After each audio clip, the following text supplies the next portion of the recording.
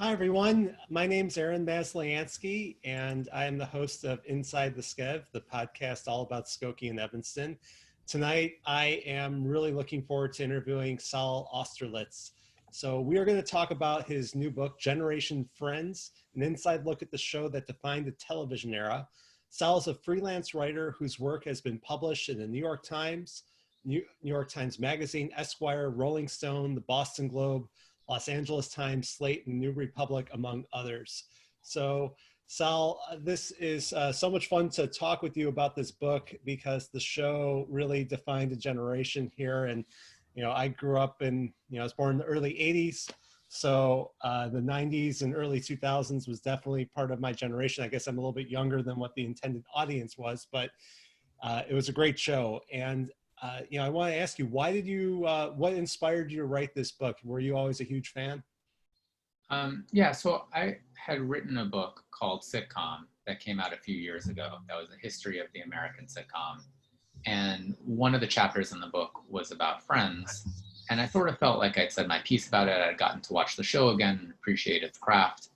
Um, and then after the book came out, I came across this article in the New York Times, and it was about how high school students in Manhattan were obsessing over Friends. We're watching it, we're debating it, we're having extended discussions about it. And I found that so fascinating because, most shows, most television is really so tightly associated with a particular era and a particular cohort of fans.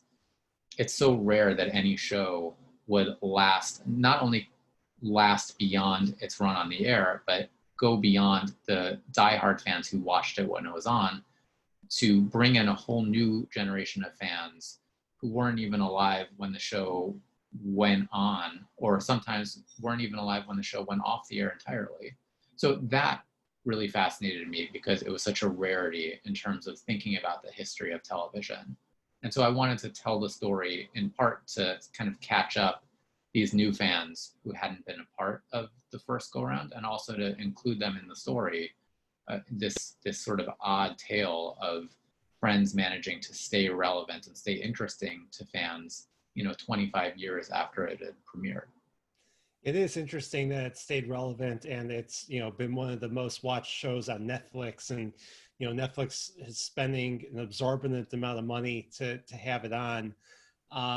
And so many people, like you said, who weren't even born maybe when it was off air, know every quote, every line. And you look at other shows in different eras and when I watch Seinfeld, for instance, I love the show, but you feel like something is off because you always notice the different things, like maybe the big cell phone, or like the just the cultural artifacts are just different, and it makes you feel a little bit out of touch from what that show is. What do you think it is about Friends that allows people to still stay connected? Yeah, I mean, if you're looking closely, Friends definitely has some of that too, right? It has the let's talk about how exciting it is to go on the internet episode, which is very much a product of the mid 90s. But yeah, I think a really key decision that was made by the show's creators, and especially by David Crane, was to really avoid topical humor. So if you look at the early run of the show, there's an early episode where the three women end up getting a pizza that was supposed to go to George Stephanopoulos, who at the time was the White House press secretary. And, they're kind of excited about that.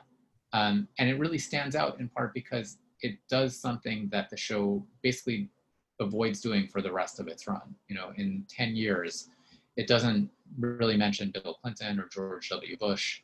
It doesn't talk about 9/11 or the Iraq War. And not only does it not do those kind of big ticket political items, it doesn't really do a lot of the obvious 90s stuff that you would have done. Like the contrast that I always have in mind is with the Larry Sanders Show, which is another great show from the 90s. And a show that's on at the same time as Friends is, and it basically devotes an entire season to making O.J. Simpson jokes. And those jokes are still funny, but they're very much a product of 1995. And Friends, I think, avoids most of the things that peg it to a particular moment or era. some of the clothes, some of the hairstyles might feel very 90s, but there's not a lot that kind of pushes younger viewers away and saying like, oh, this is something you don't understand. This is something that's not from your era. And that, I don't know that at the time they necessarily were thinking about, okay, well, what will fans in 2020 think about our show? But it ended up being a pretty crucial decision that they made. It is, and allowed it to stick. And I mean, you even talk about in your book how people try to go to the set and, there's marriage proposals by the fountain where the show started, where the episode where they're singing and everything and playing around by the fountain, and people are still calling to try to find out how to get the yellow dress. And so these artifacts still stay. And it's amazing just about, Rachel's hairdo and how that was just a phenomenon that took, that spread across the country, around the world, really, where people really loved it. I mean, do you think that any of those things were thoughts that they had in mind, the creators of the show, when they started, that they are trying to make any kind of cultural icons? Or was it really that they were just trying to create a show that fit the 20-somethings generation in an urban environment? Yeah, I think it's much more the latter than the former. I don't think that anyone had in mind that this was going to be kind of, a landmark in television history or something particularly important. I think it was more, the idea was to kind of fill a niche that hadn't been filled before. So now, from the perspective of today, the idea of making a show about 20-somethings is so obvious that it's not even worth discussing. But at the time, there really wasn't a lot in the way of television that was pegged to that particular audience. You had a lot of shows about kind of middle-aged people, often taking place at work, doctors and lawyers and people like that. You had a lot of shows about families. So it was mom and dad and the kids. But there was that missing piece between being one of the kids and, being the mom or dad or being the doctor or lawyer that really didn't get depicted on TV. And a lot of network executives were wary of shows like that, feeling that, well, if I put this on the air, is anyone other than someone who's 25 going to watch this? Will it scare off people viewers who are 16 because they don't understand, and viewers who are 40 because it's yesterday's news? So one of the things I write about in my book is about Warren Littlefield, who at the time was the president of NBC, kind of realizing that there were these missing stories that weren't being told on TV, and scouting around for a show like this. And at the same time, David Crane and Marta Kaufman, the creators of Friends, not knowing anything about what Warren Littlefield was looking for, not really caring about that either, being New Yorker transplants in LA, missing their life in New York, missing their friends in New York, and also coming off of a show that was a real slog for them, with one star, who kind of ran the show, and when he was having an off day or was sick, the whole show would have to shut down. They kind of had two ideas. One is, let's make an ensemble show with a bunch of characters, so we'll always have stories to tell and it'll be less punishing to do. And two, wouldn't it be nice if we just had a kind of hangout show where we kind of recreated our own group of friends from New York and depicted it in some fashion, and we'll have them hanging out in a coffee shop. Again, like, a coffee shop is so obvious for 2020 audiences, but for the 90s, coffee shops were still kind of hip. They were still very much associated with New York or LA. And so that was really all there was to it. There wasn't a lot more in the way of deep thought when it came to the initial impulse for the show. Right. I mean, you think about coffee shops and what influence it probably had on Starbucks becoming so huge and people wanting to hang out in that type of cultural space. But, and the cultural significance of the show, do you think something like this would be possible today when there's so many different options of how to consume your content? And, to follow up with that, do you think that that's somewhat of a reason why, in America we feel so divided, because we all don't go and watch the same thing? We all, if we could have something to talk about that's the same type of conversation about a certain subject, that would probably bring us together, I would think, right? Yeah, it's interesting when Netflix is very leery of sharing much in the way of their data about what people are watching or how they watch it, at least until very recently. But from everything that we learned about their viewers' watching patterns, the two top-rated shows on Netflix for the past few years, up until fairly recently, were Friends and The Office. So there is definitely a kind of nostalgia factor at play here. When Netflix first purchased the rights to Friends, I think they paid something like $116 million for it. And people were outright laughing at them, saying, this is a show that's available literally everywhere. You can buy the DVDs probably for like, $10 at this point. It's on in syndication every single night in every market everywhere. Why pay so much money for something that's instantly available everywhere? And of course, Friends helped make Netflix what it was. And at the point where it was up for renegotiation, they ended up paying $100 million for 1 year.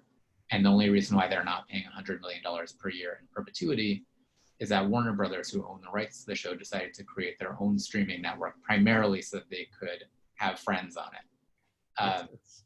So yeah, it's definitely striking. I think that it does seem unlikely to me that there would be another Friends, in part because of what you're describing.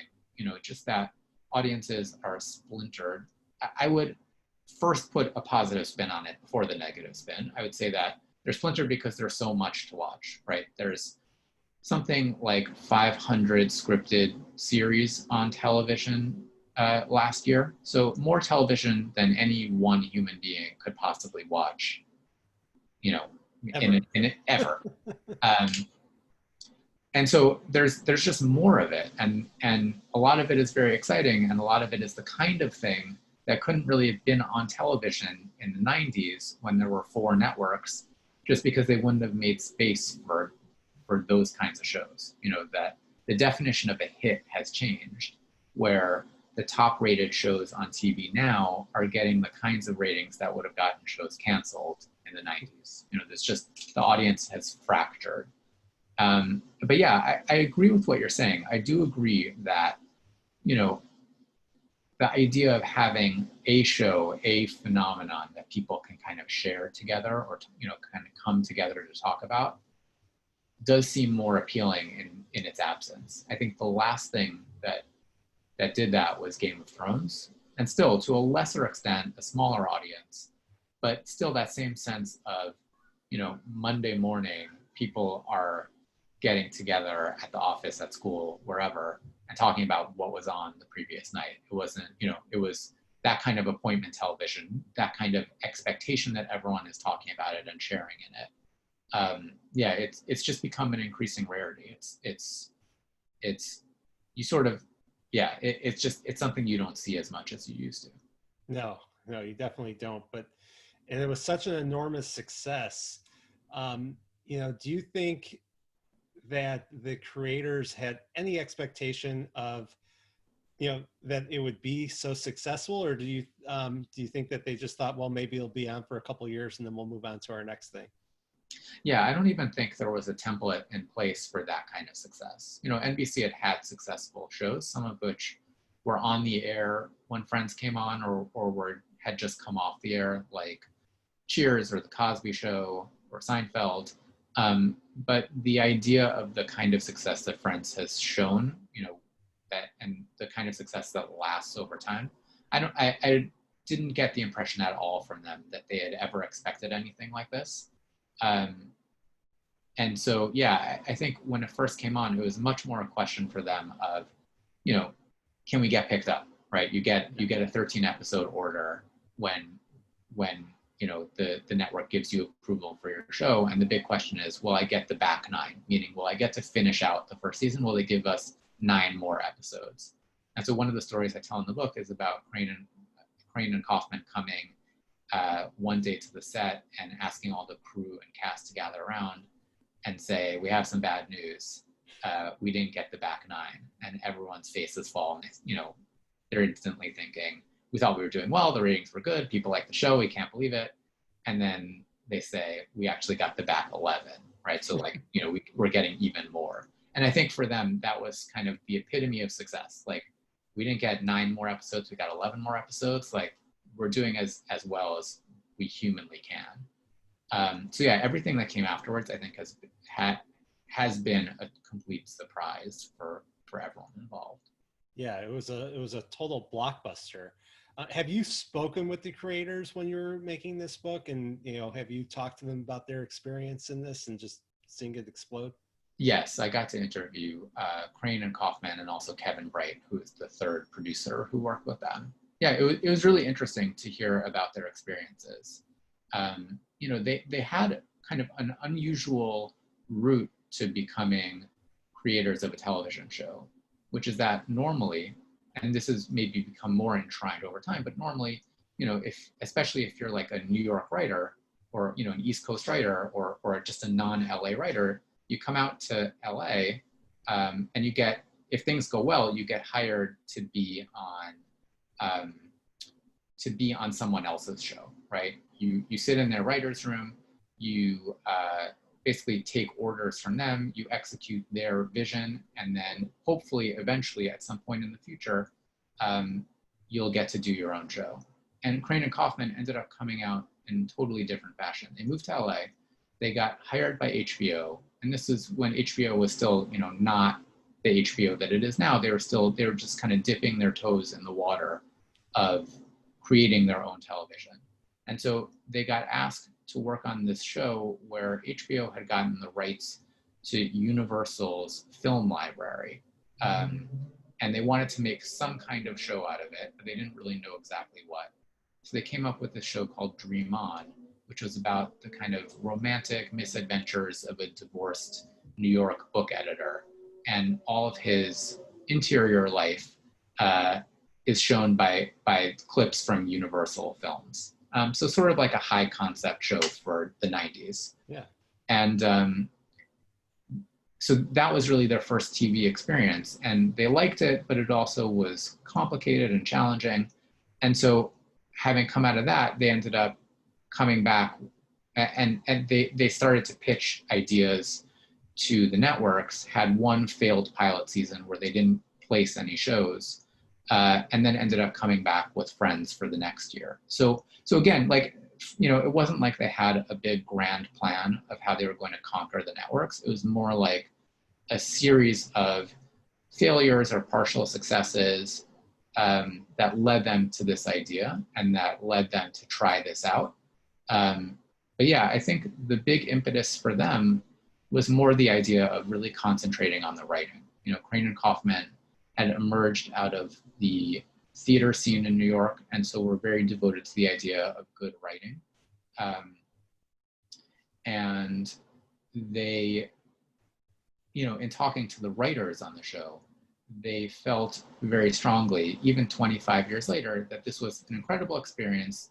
They had been together in the room with so many funny, smart, amazing people, and also that it was this incredibly difficult experience, that they would regularly end up leaving the studio and driving home basically 24 hours after they had gotten there, driving in as the next day's traffic was coming in to work.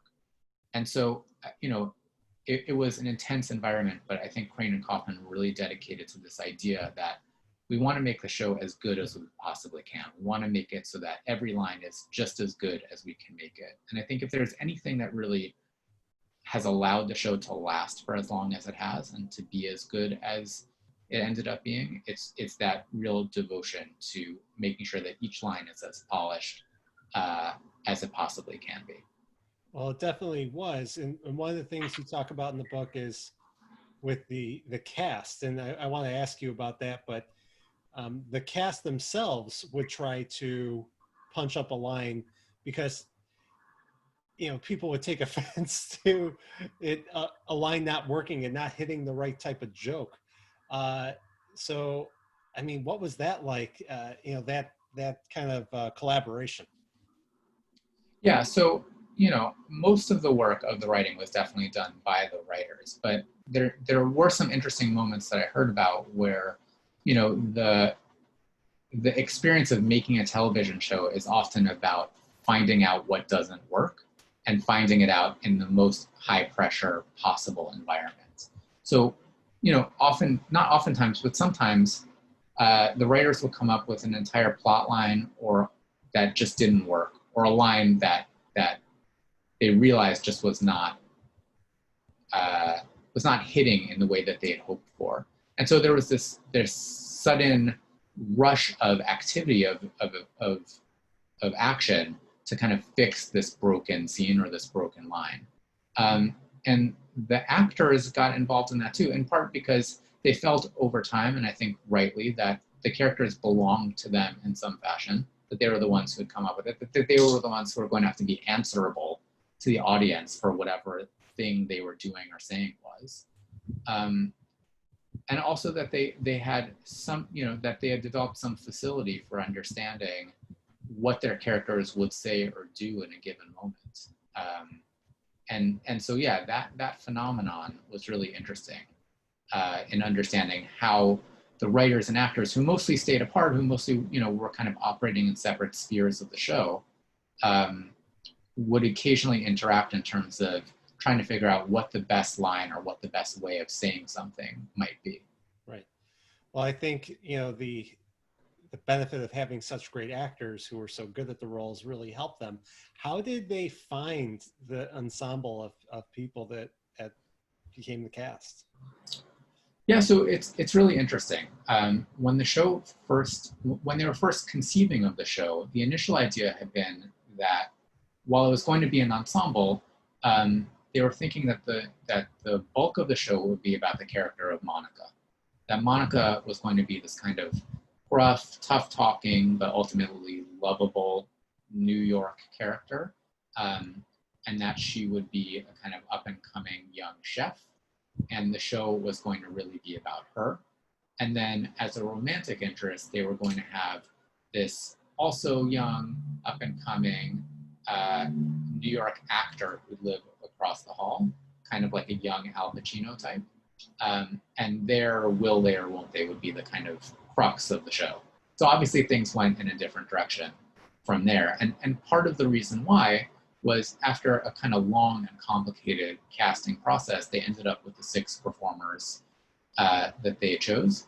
And they realized that the performers worked so well together and that they had cast the show so well that they really wanted to feature everyone equally. So initially the thought had been they wanted to cast Janine Garofalo as Monica. That was sort of the vision they had in their minds. Yeah. And then with the cast that they had, they realized that it kind of called for something a bit different. Something where they would give more equal time to each of the characters, and they would have, and kind of the main romantic focus of the show would also be quite different from what they had initially anticipated. Yeah, the show would have been completely different with different actors. It just would have had a different feel. Yeah, it's hard to imagine. I mean, it's sort of a fascinating alternate history. But yeah, one of the things that came up in my conversations with people was that they really wanted to hire Courtney Cox pretty much all along. She was at the time the biggest star amongst the people who were cast on the show. She had been in Ace Ventura: Pet Detective. She had been on Family Ties. She was sort of a familiar face. But they wanted to cast her in the role of Rachel. The producers were adamant that she was best playing Rachel. She kept coming back to them and saying, no, I really think I want to do Monica. They kept pushing her off, and then they decided, okay, here's our plan. We're going to have her come in. She'll read for the role of Rachel. We'll tell her, we don't like it, but offer her the role of Monica right there, and everyone will hopefully be happy. And, we'll have like pawns off this mistaken desire. And then, of course, she came in and read for the role of Monica, and they realized that they had been wrong, that she did have a better grasp of Monica than even they had, and decided to go along with what she had in mind and cast her as Monica. So yeah, just the thought of how what seems so set in stone, that these 6 performers played these 6 roles, was so much about happenstance and about the oddities of the television casting process. Yeah, it's almost random in a way, but it worked out so well for them. And they started the show where they had James Burrows directing it, and it was very quick, one take. And then after the first season, they switched. Why did they do that? And do you think it enhanced the show by switching from Burroughs? Yeah, it seems like part of the reason, they bringing in James Burroughs was like um, a mark of their hoped for success, right? That Burroughs had been involved in shows like Cheers, and the feeling was, if you have James Burroughs, then somebody somewhere must think that this show is going places. And there's no one I spoke to had anything to say about James Burroughs other than that he's a brilliant director of television.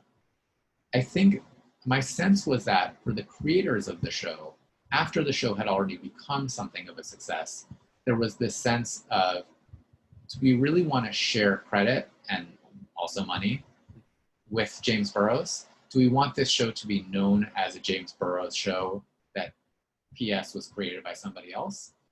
And I don't think it was done in a kind of negative or mean-spirited way, but they would have had to share more of the profits from the show with him if he stayed on.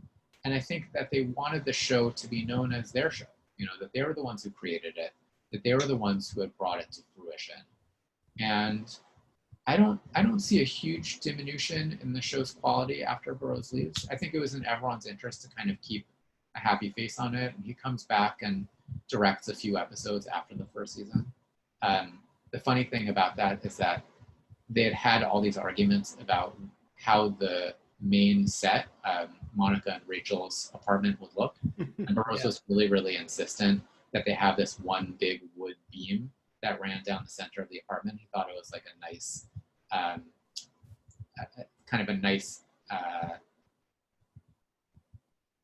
it would attract the eye, when his camera was moving around. Yeah. And so as soon as he left the show, they instantly got rid of it.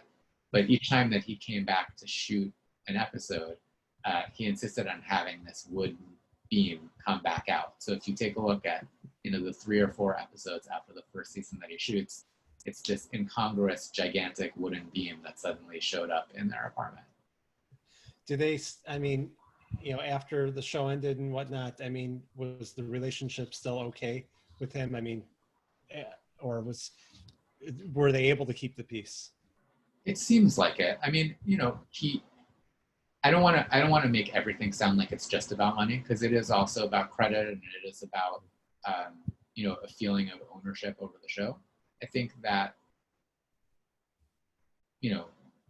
Burroughs still feels enough of a sense of ownership and pride over being a part of the early run of this show that it's in his interest to feel good about it and kind of express positive thoughts about the show. And it's obviously in the interest of the creators of Friends to not have a squabble over who is ultimately responsible for the show becoming a hit. And so again, sort of everyone had nice things to say about each other, and my sense is that they genuinely respect each other's spheres of interest.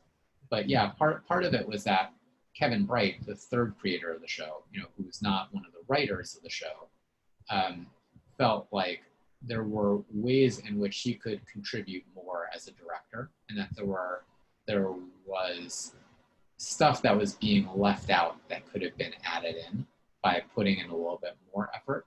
And I think that for the actors, the Burroughs style worked best. He worked extensively with them in rehearsal and then shot it really quickly and just kind of got it done. With Kevin Bright as the director, he ends up shooting something like, I forget, like 80 or 90 of the episodes. It definitely was much more time intensive. So some episodes would take 8 hours to shoot.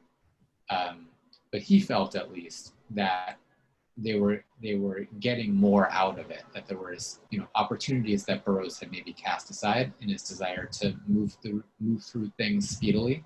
They were picking back up. Yeah. Well, they were getting paid well for it. The cast was one of the first ensembles to all go in and negotiate all together. And that was kind of groundbreaking in many ways, right? Yeah, so the standard model for TV up until that point had usually been that if we're talking about kind of a TV show with a larger ensemble, there'd be one or two breakout stars. The networks would pull them aside and say, hey, you guys are doing great. We love you. We want to keep you on the show for as long as possible. Come on in and you'll sign an extension. And that was basically the model that they were using here. Early on, the breakout stars of the show were David Schwimmer and Jennifer Aniston. And so NBC and Warner Brothers approached them and said, we want to redo your contract. We want to extend you past the 5-year contract that normally one would sign on for a network show. And Schwimmer has a sort of unusual reaction. His mom was a well-known divorce lawyer in the Chicago area. And I think my sense was that he was someone who was very accustomed to the kind of language of the law and of negotiation.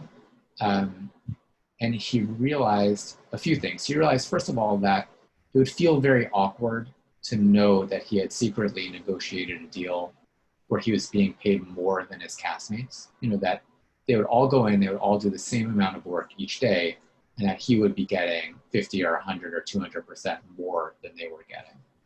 And he also had the thought, maybe in part from listening to his mother's legal conversations, that they would be more powerful if they were negotiating together.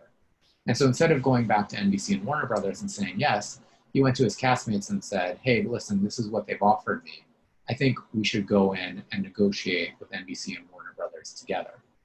And so in the short run, they definitely settled for less money.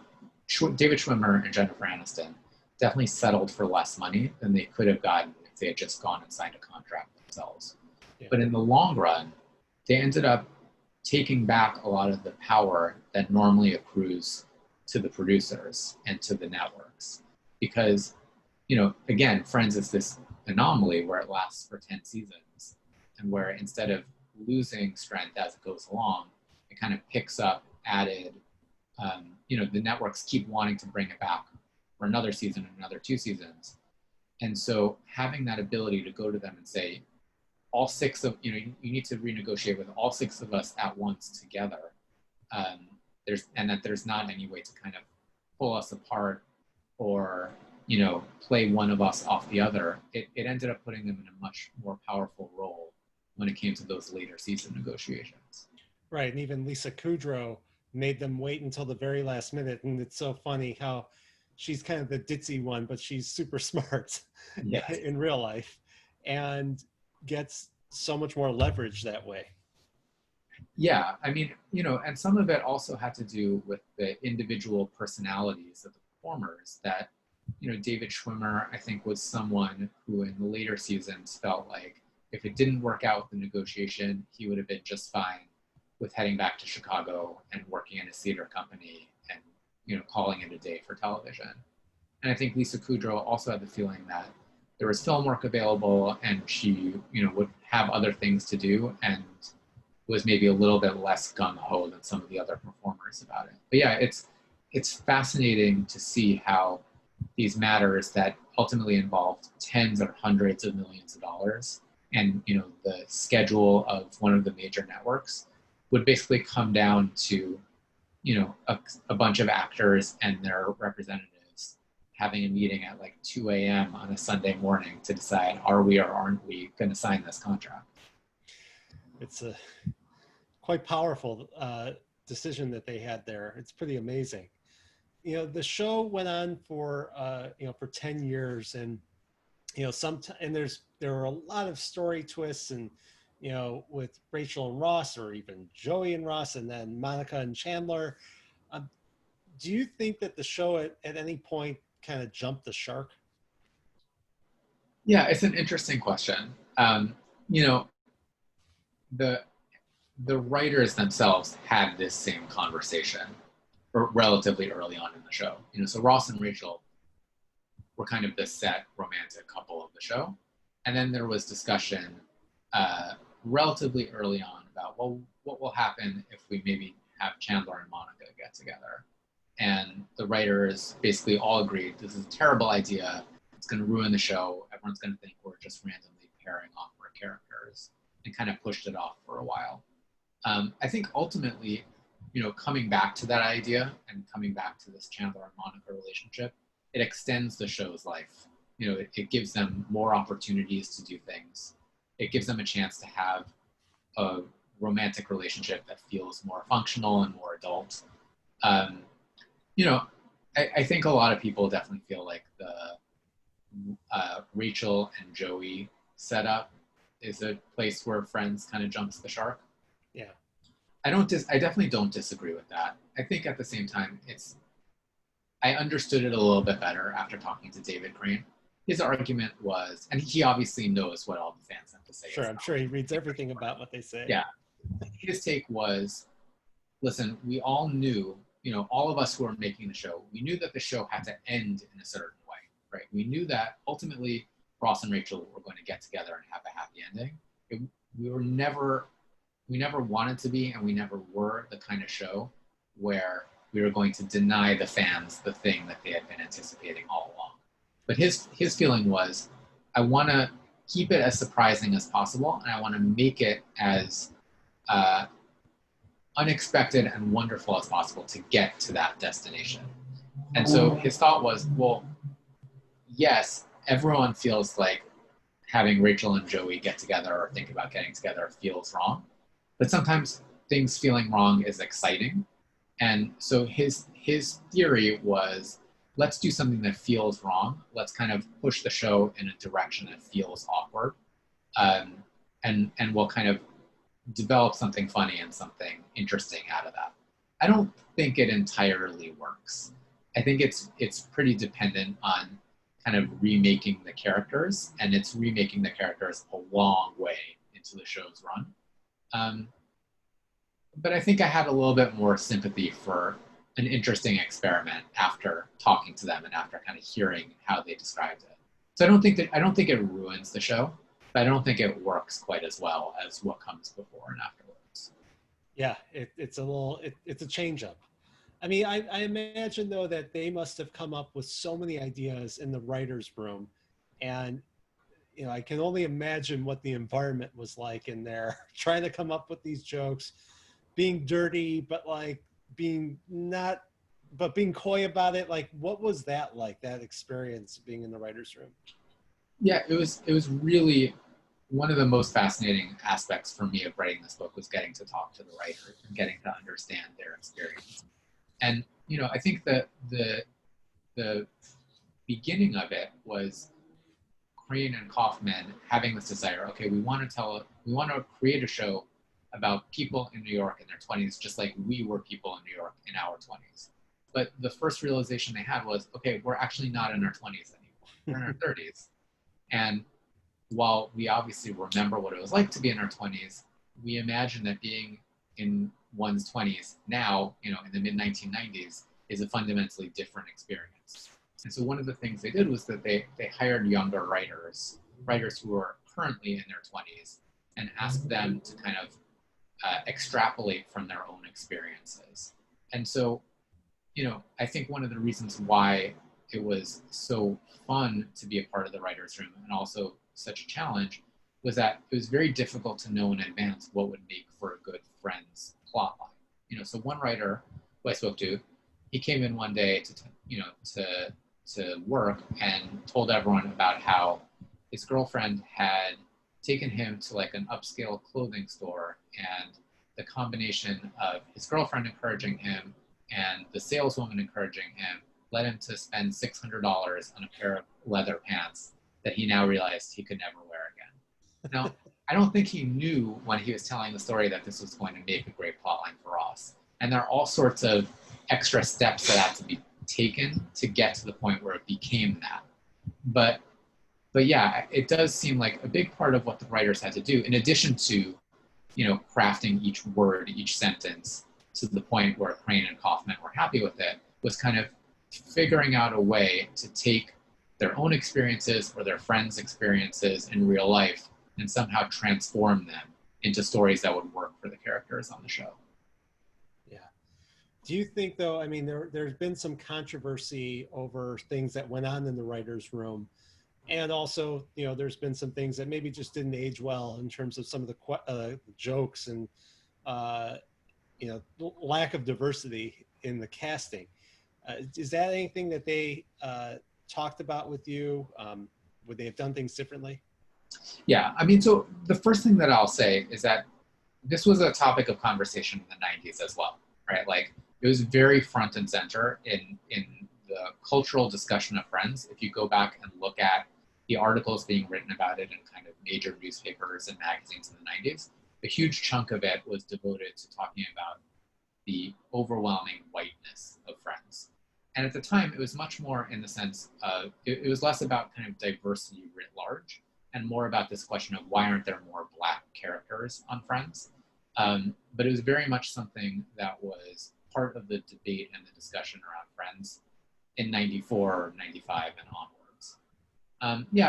In talking to Crane and Kaufman, I think they both felt pretty clearly that the show would have been cast, that they wish they had done more to cast the show more openly, and that they would do it differently now if they were given the chance. I think that, I think Friends has sort of a mixed track record when it comes to the question of diversity. I think at the time, while this was going on, their responses were a bit more defensive than they've become. And it takes Friends a surprisingly long time to really have any characters that are not white. And even, looking at the characters in the background and scenes, it's this very un-New York, New York. And I think that some of it is related, it's a very un-New York, New York in general, not just about casting or representation. And I think that those questions are kind of intertwined with each other. But yeah, it doesn't seem tenable to make a show like this without having a cast that looks more like the place that's supposed to happen. And I think that, it's interesting that Friends is still as popular as it is, even given that. But I think that, a while ago, on last year for the 25th anniversary, I spoke again to the creators about whether they would ever bring the show back for an article in the New York Times. Yeah. And they were all very, very clear that it was not going to happen.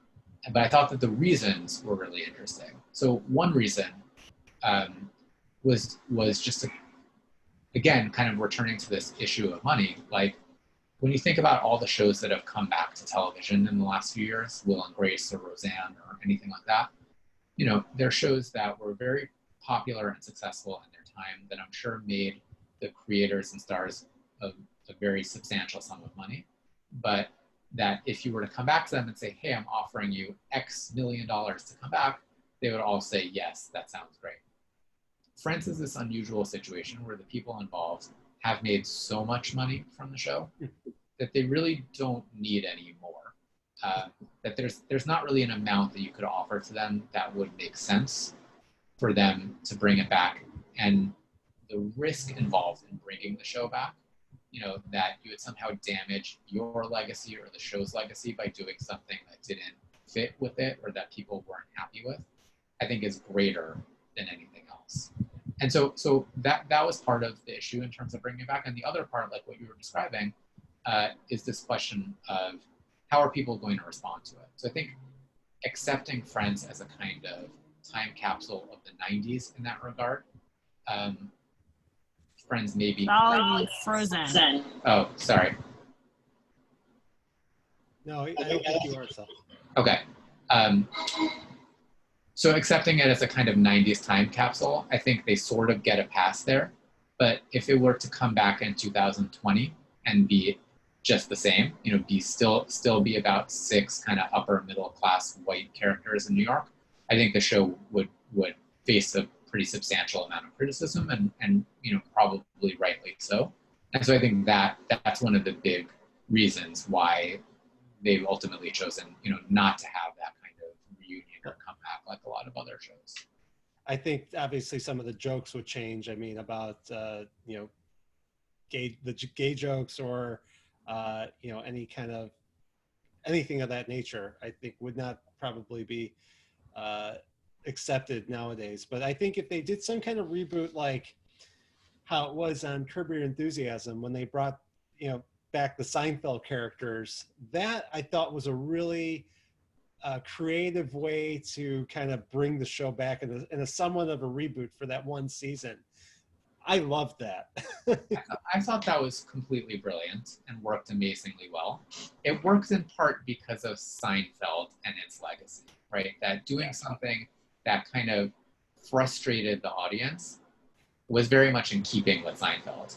Whereas if Friends did something that was immensely frustrating and didn't really give the audience what they wanted, I think that people would be agitated. And so, yeah, I think in some parts it's just about, what the audience is looking for.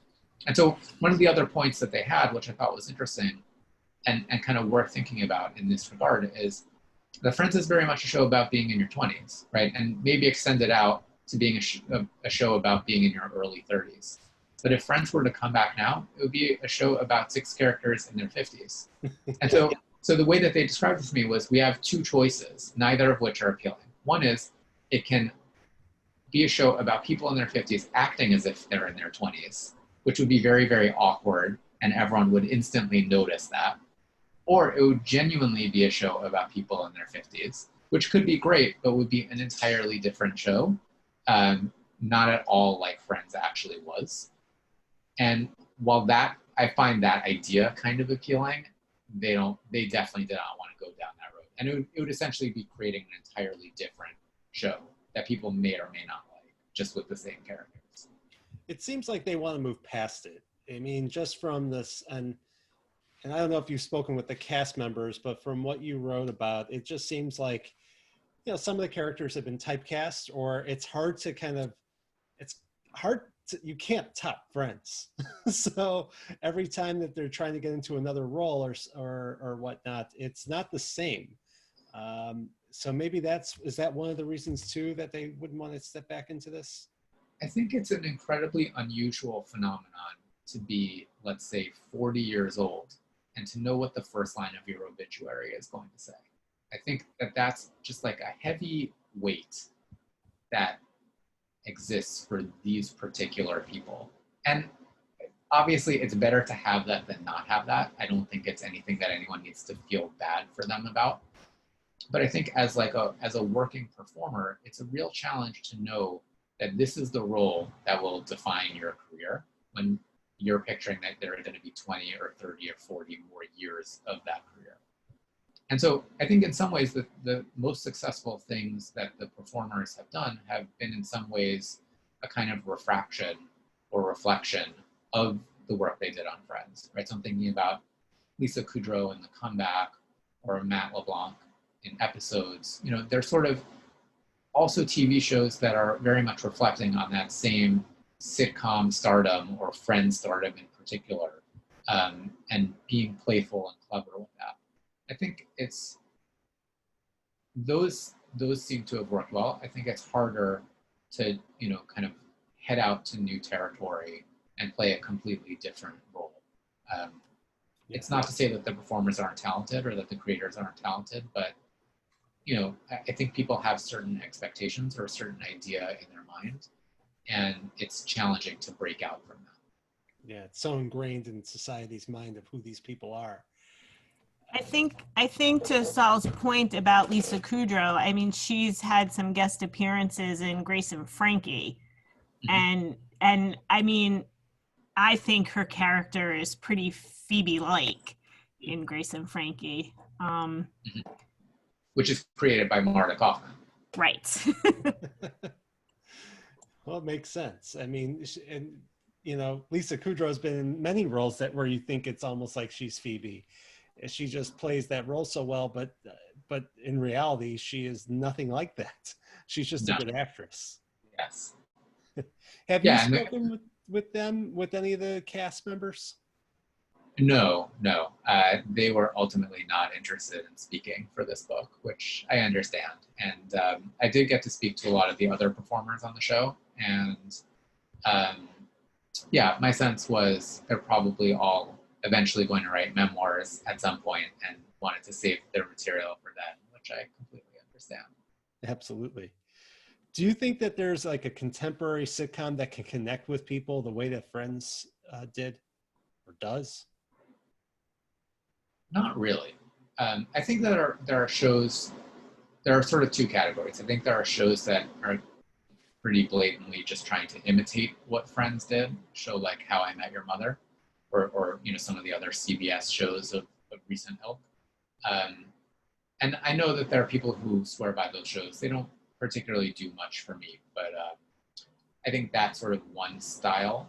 And then I think that there's other shows that people have a real emotional connection with, but the size of the audience is so different.